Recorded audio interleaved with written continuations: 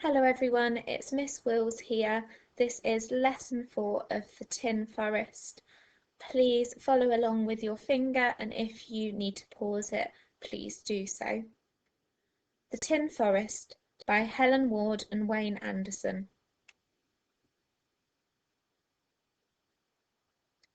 There was once a wide, windswept place, near nowhere and close to forgotten, that was filled with all the things that no one wanted.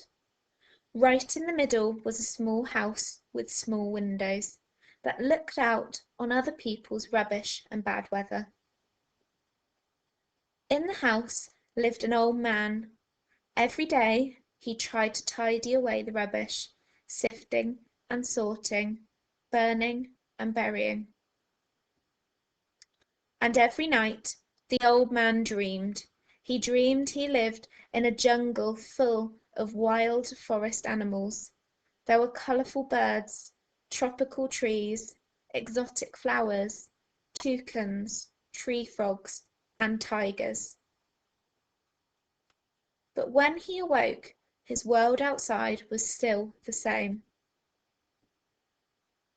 One day, something caught the old man's eye, and an idea planted itself in his head. The idea grew roots and sprouted. Feeding on the rubbish, it grew leaves, it grew branches, it grew bigger and bigger.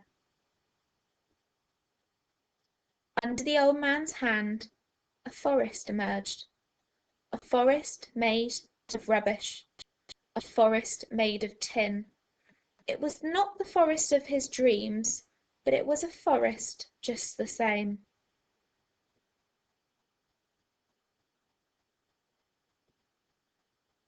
Then one day, across the windswept plain, the wind swept a small bird. The old man spilled crumbs from his sandwiches onto the ground. The bird ate the crumbs and perched to sing in the branches of a tin tree. But the next morning, the visitor was gone. All day, the old man walked through the silence, and his heart ached with emptiness. That night, by the moonlight, he made a wish. What do you think his wish might be?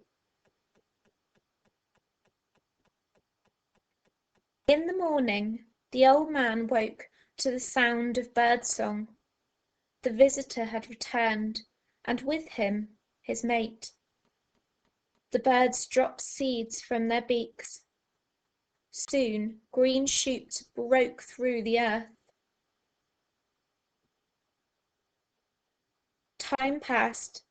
Soon the song of birds mingled with the buzzing of insects and the rustle of leaves. Small creatures appeared, creeping amongst the jungle of leaves. Wild animals slipped through the green shadows. So today I would like you to have a think about what the author is using in terms of his vocabulary. So our learning objective is, can I explain the author's choice of vocabulary? Why has the author used these words? So we'll look at those below in just a second. And you're going to need to explain their meaning, and they might mean different things to each of you. One of those is across the windswept plain. Second, his heart ached with emptiness. And finally, wild animals slipped through the green shadows. So I've taken those 3 phrases from the book, so feel free to go back and look at the pages that you find those phrases, as they might give you more information about their meaning. Tomorrow is our final lesson, where we will finish off the story of the Tin Forest.